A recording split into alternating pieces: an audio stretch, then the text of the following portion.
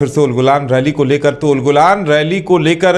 जो चर्चाएं सामने आई हैं, रैली में किसने क्या कहा है, ये भी दिन भर चर्चा का विषय बना रहा। चाहे वो फारूक अब्दुल्ला का बयान हो या अखिलेश यादव का बयान हो या फिर सुनीता केजरीवाल ने जो कुछ कहा, संजय सिंह ने जो कुछ कहा, उन तमाम चीजों को लेकर झारखंड में चर्चाओं का बाजार गर्म रहा। हमारे साथ हमारे संवाददाता मदन है। मदन, आखिर क्या कुछ रिएक्शन सामने आया उलगुलान रैली और उस वहां दिए गए भाषण को लेकर?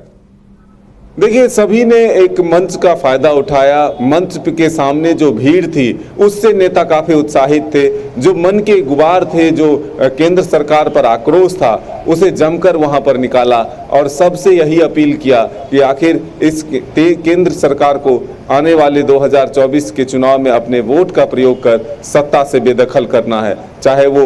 विपक्ष के जो भी बड़े नेता थे,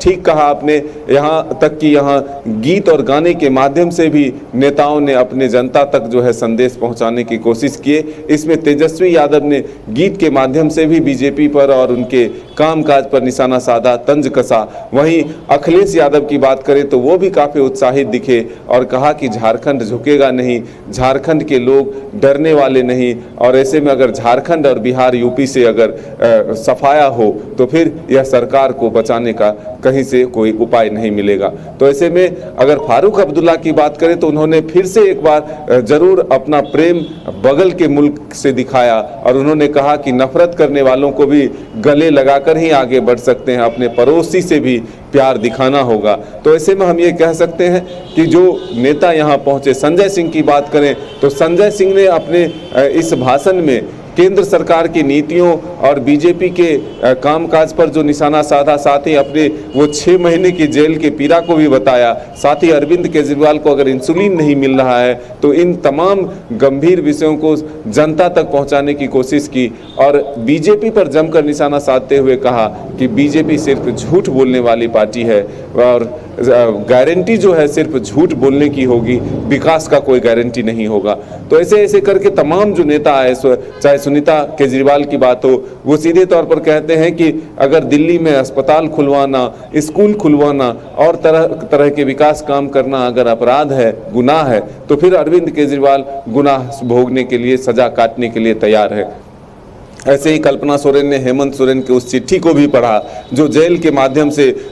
कल्पना सोरेन तक पहुंचा था और इस भीड़ में वो उस संदेश को पहुंचाने में कामयाब भी दिखी। जब उन्हें बोलने का मौका मिला तो सीधे उस पत्र को ही सामने रखा और उस पत्र पर ही अपने वक्तव्य को समाप्त किया। यानी कि सीधा मैसेज जो है वो हेमंत सोरेन का जेल से जनता तक कैसे पहुंचे, इसका भरपूर उपयोग किया। तो हम ये कह सकते हैं कि तमाम जो विपक्षी दल के नेता यहाँ पहुंचे थे, उन्होंने भीड़ को देखते हुए अपने तमाम उन बातों को जनता तक पहुंचाने की कोशिश की, काफी उत्साहित दिखे। और इसका फायदा जो है अब कितना मिल पाता है, क्योंकि चुनावी वक्त है, चुनाव के इस दौर में जब इस तरह की सभाएं होती है, रैलियां होती है, तो अधिक से अधिक अपील और एक मैसेज देने की कोशिश होती है कि वो क्या कर रहा और मैं क्या करूंगा या मैं क्या कर रहा, ये बताने की भरपूर कोशिश होती है।